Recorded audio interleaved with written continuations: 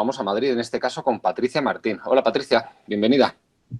Hola, soy Patricia. Ayer en la reunión que tuvimos antes del evento, pregunté si podía hacer mi monografía, presentar mi monografía de matemáticas en vez del trabajo de investigación de historia. Pero como me dijiste que al no haber sido publicada aún, al estar en el bachillerato y al no haber sido publicada y tal, tampoco era muy buena idea que la enseñase. Entonces, he preferido hacer la presentación sobre mi trabajo de investigación e historia. Espero que no haya ningún problema en ese sentido, porque de esta manera puedo hablar más del tema más abiertamente, sin ningún problema y todo. Entonces, Ningún problema, Patricia. Lo que tú entiendas más adecuado y adelante, que tienes aquí tu tribuna. vale. Voy a... ¿Cuál es el tema de tu trabajo? Porque en el programa no aparece. Es el de los 600, ¿no? Sobre en qué medida el gran éxito del SEAT 600, lo voy a introducir ahora mismo en la presentación, en qué medida el gran éxito del SEAT 600 reflejó los cambios sociales y económicos que se estaban dando en España en los años 60. Vale, entonces, ¿se está compartiendo ya la pantalla? A ver. Ahora sí. Ya está, Patricia. Entonces, bueno, a ver, vale. Uy, vale, este es mi tema, el gran éxito del SEAT 600, y la pregunta de investigación es ¿hasta qué punto el gran éxito del SEAT 600 reflejó la evolución de la sociedad española en los años 60? Vale, ¿cómo llegué yo a ese tema de investigación? Pues yo soy una persona a la que me encanta muchísimo, o sea, me encanta la historia y me encanta leer novelas históricas y ensayos históricos. Y el verano, antes de empezar el primer bachillerato internacional, leí este libro de Juan Eslava que se llama De la alpargata al 600. Es un libro que combina un ensayo histórico con una novela histórica. El autor lo que hace es que en cada capítulo narra, o sea, cuenta una situación que le sucede a un personaje que puede ser, pues, por ejemplo, un periodista que se llama Pepe y llega al periódico en su primer día de trabajo y su jefe le explica cómo funciona la censura y qué medidas tiene que tomar para publicar un artículo. Entonces, el autor, a la vez que te cuenta desde el punto de vista del personaje cómo van sucediendo los hechos, hace notas a pie de página en las que da información histórica y citas. Entonces, claro, a mí este libro me marcó mucho y a día de hoy sigue siendo de mis libros favoritos porque me permitía, desde la magia que hacen un poco los libros de que te conviertes en un personaje, me permitía entender verdaderamente cómo los ciudadanos de a pie españoles sentían esos cambios económicos y sociales que se estaban dando en la época. Y al mismo tiempo me permitía obtener una información histórica y verídica que ampliaba mi conocimiento sobre historia. Entonces, aquí a la derecha he puesto los 4 puntos que, según el BI, tiene que tener una investigación de historia, que es el análisis de fuentes, la investigación, la reflexión y la bibliografía. Lo primero que hay que hacer a la hora de hacer el trabajo de investigación es un análisis de las fuentes. Esto es básicamente una breve explicación. Lo primero de todo hay que explicar brevemente qué fuentes nos hemos encontrado y cuál ha sido su disponibilidad, qué implicaciones tiene la época a la que yo estoy investigando. Es decir, en mi caso, como mi tema era durante el régimen de Franco, tenía unas ciertas posibilidades, ¿no? Que era que al ser un tema tan moderno, había un montón de fuentes y un montón de información sobre el tema, pero al mismo tiempo, al no haber pasado mucho tiempo desde los acontecimientos que yo estoy analizando, las perspectivas de las fuentes secundarias podían tener ahí un cierto papel que quitase parcialidad a la investigación que yo estoy haciendo. Entonces, lo primero que hay que hacer es eso, analizar qué fuentes me he encontrado y hasta qué punto son objetivas o no, dependiendo de la época que tú estés investigando. Y luego lo que hay que hacer es comparar dos fuentes, que tú puedes elegir las que tú quieras, y las comparas y haces un análisis de las dos fuentes. Yo en mi caso elegí una fuente secundaria y una fuente primaria que me permitía analizar en la fuente primaria el sesgo del sistema político que podía haber. Mi fuente primaria era el plan de estabilización aprobado en 1959 por el régimen de Franco y me permitía analizar desde una perspectiva de la época esas políticas económicas que estaban implementando en ese momento, pero al mismo tiempo yo tenía que tener en cuenta que había un sesgo político en la propia fuente y que a la vez que me posibilitaba conocimiento también lo limitaba. Y con la fuente secundaria lo mismo, analizar que tener en cuenta que la fuente que yo estoy leyendo no es una primera interpretación de los hechos, sino que hay una interpretación detrás que ha podido haber hecho el historiador del que yo estoy leyendo el trabajo. Entonces, lo segundo que hay que hacer es lo que se llama la investigación. Esto no es simplemente redactar de uno en uno los hechos o ir contando lo que tú has investigado. O sea, yo lo que hice básicamente fue, en 1958, ¿no? Se vendieron más de 100.000 unidades del SEAT 600 y llegó hasta tal punto de que había listas de espera para comprar este coche. Entonces, lo que yo hice fue pensar, vale, ¿en qué momento España ha pasado de estar sumida en una grave crisis económica debido a la guerra civil a que todos los ciudadanos españoles estén muriéndose de ganas por comprarse un coche y que tengan el dinero para hacerlo? Entonces, lo primero que yo hice fue estudiar qué implica, qué cambios se tienen que estar dando para que se pueda, para que pueda estar teniendo este éxito el SEAT 600.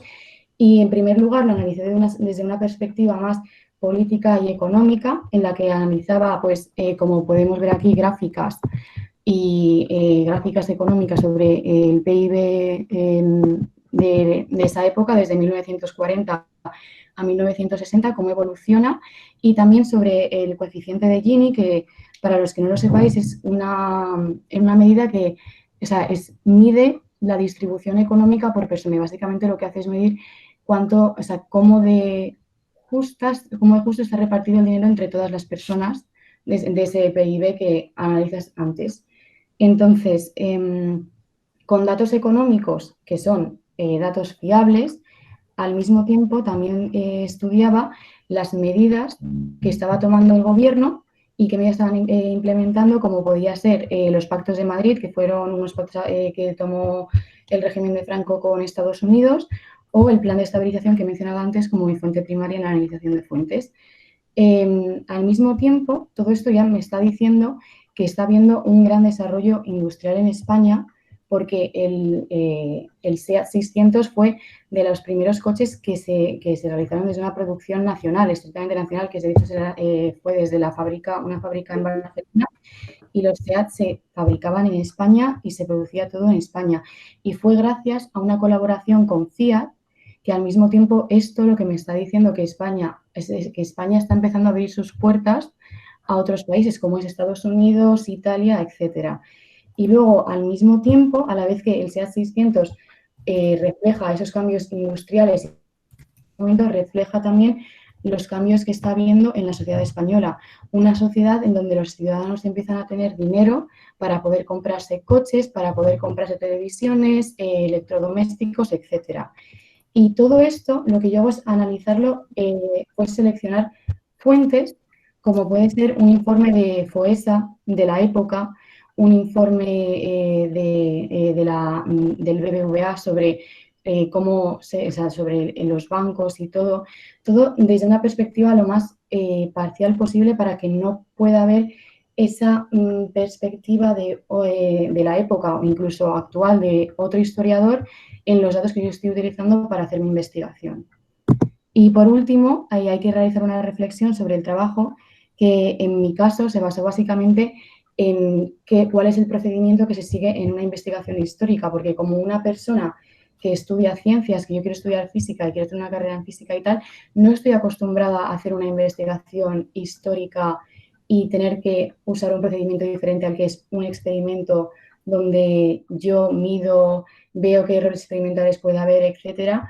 A un trabajo de investigación me tengo que tener en cuenta absolutamente todo en las fuentes que yo estoy leyendo y en qué me estoy basando para sacar las conclusiones que estoy haciendo, cómo estoy respondiendo a mi pregunta y cómo todo. Entonces, claro, yo básicamente lo que hablé fue de la parcialidad de las fuentes que elijo. Y en lo que yo me basé fue en si yo, por ejemplo, o sea, lo primero de todo, escoger el mayor número de fuentes posibles. Obviamente no vas a leerte todo, porque al mismo tiempo que el que sea un tema moderno te posibilita tener un montón de información, también te limita porque tienes tanta que no sabes dónde elegir. Entonces, lo que yo hice fue ir contrastando un par de trabajos de investigación sobre un tema o un caso en particular, y ir como comparando esa información que obtenía para conseguir hacer una investigación que fuese lo más parcial posible. Y si yo, por ejemplo, me encontraba con, con dos investigaciones, ¿no? Suponiendo que el tema de una fuese la eficacia de las medidas implementadas por el régimen franquista en la economía española, o sea, cómo analizase su eficacia y tal, y otra que fuese sobre la variación del PIB del año 1959 al 65, me quedaría con la segunda, porque la primera, a intentar analizar la eficacia y cómo de buenas o cómo de beneficiosas pudieron ser para España en ese momento, puede haber ahí una perspectiva que está influenciando, o sea, que está haciendo que no sea parcial el trabajo de investigación que yo estoy leyendo para sacar mis conclusiones en el mío. Entonces, prefiero guiarme por datos más lo que es económico en ese sentido, porque me da esa seguridad de que yo estoy analizando unos datos que no van a poder cambiar, que no va a haber algo que puedan ser, aunque no vaya a haber una perspectiva ahí cambiando esos datos o haciendo que yo luego pueda sacar unas conclusiones que están basadas en un sesgo o en una perspectiva que no es parcial. Y eso es un poco todo. O sea, la respuesta a mi trabajo de investigación fue que sí, que el SEAT 600 refleja todos los cambios económicos y sociales que estaba habiendo en el momento, desde la revolución industrial a las nuevas medidas económicas, a los cambios sociales de turismo, de que la gente cogiese su SEAT 600 y se empezase a ir a la playa.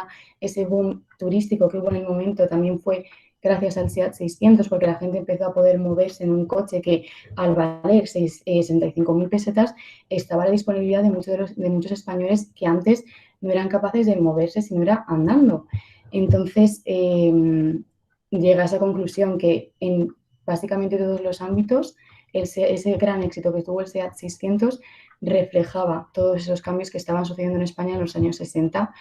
Y mi consejo para un trabajo de investigación de historia desde el principio es elegir un tema que os apasione muchísimo, porque yo tuve suerte de elegir este tema porque básicamente para mí no se convirtió en ningún momento en un trabajo que tuviese que hacer y todo lo que yo leía, todo lo que yo investigaba me encantaba porque cada vez o sea, es que simplemente me encantaba, es que no puedo decir nada más. Yo me metí en el internacional por ese tipo de cosas, para poder hacer trabajos de investigación de mis asignaturas, para poder hacer una monografía sobre un tema que me interesase muchísimo, porque me parece que es increíble que nos puedan dar la oportunidad de hacer un trabajo de investigación así, teniendo un profesor que también te va guiando y simplemente me ha enseñado muchísimo sobre lo que es la investigación en un área como las ciencias sociales y el papel, pues, teoría del conocimiento, ¿no? El papel de la perspectiva y todas esas cosas que damos en teoría del conocimiento y que luego podemos ver aplicadas a algo como esto, me parece simplemente increíble y no sé, la verdad es que estoy muy agradecida de haber podido hacer este trabajo de investigación y de estar haciendo el internacional, porque es que cambia muchísimo mi forma de ver las cosas y sé que aunque en algunos momentos se vuelve algo muy pesado y una responsabilidad muy grande porque tenemos muchas cosas que hacer que en un bachillerato normal no tendríamos, sé que es muy beneficioso para mí, que me está dando muchísimas cosas que no tendría en otro bachillerato. Y bueno, eso es todo. Pues un aplauso.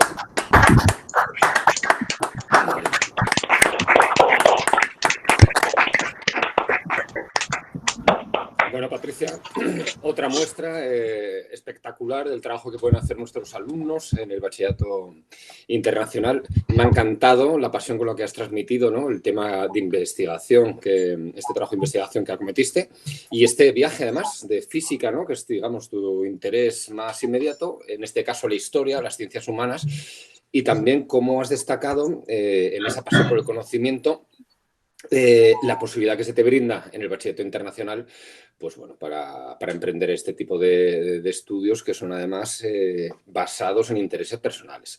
Está genial. Tenemos, a ver, alguna preguntita por aquí, una duda. Dice por aquí, ¿tú crees que tu trabajo podría haber sido también de economía, teniendo en cuenta los hechos socioeconómicos de la sociedad de aquellos años?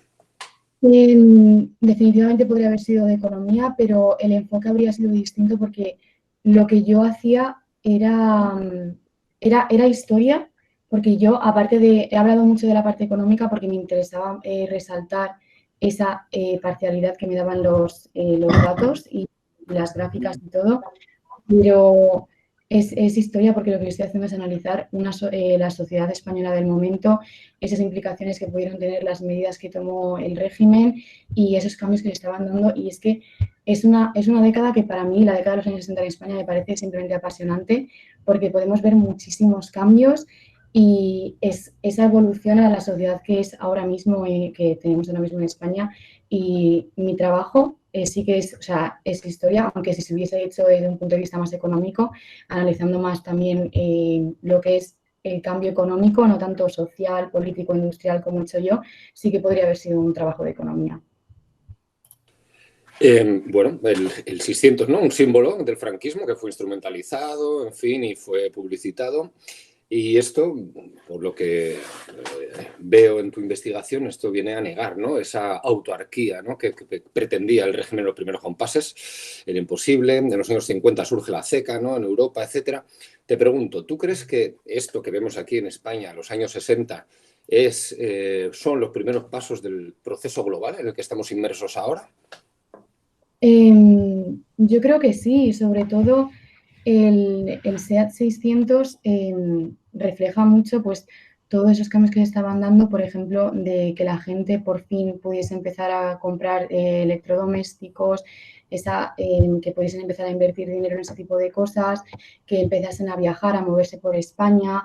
Esa es una sociedad muy parecida a la que tenemos ahora, ¿no? En coger el coche de una persona de Madrid y poder ir a Valencia, el que yo pueda invertir en todos esos electrodomésticos que tengo en casa, una sociedad que también es más abierta a otras culturas, ¿no? Como he dicho antes, el Tratado de los Pactos de Madrid con Estados Unidos y también la asociación que tuvo el INN con Fiat, es esa apertura que empezó a tener España a otros países que antes estábamos muchísimo más aislados a otras culturas. Y también en el libro del que yo hablo de Juan Eslava, el primer episodio que a mí me marcó mucho fue la llegada de Coca-Cola a España y ese tipo de cosas que ahora mismo seguimos teniendo y que están constantemente presentes en nuestra sociedad actual. Pues muchas gracias, Patricia. Ha sido muy interesante y excelente presentación. Ha sido un aplauso para Patricia.